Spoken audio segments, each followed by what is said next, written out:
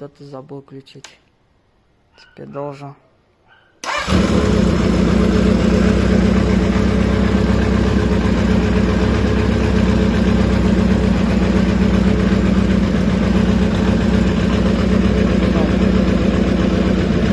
Заглушил.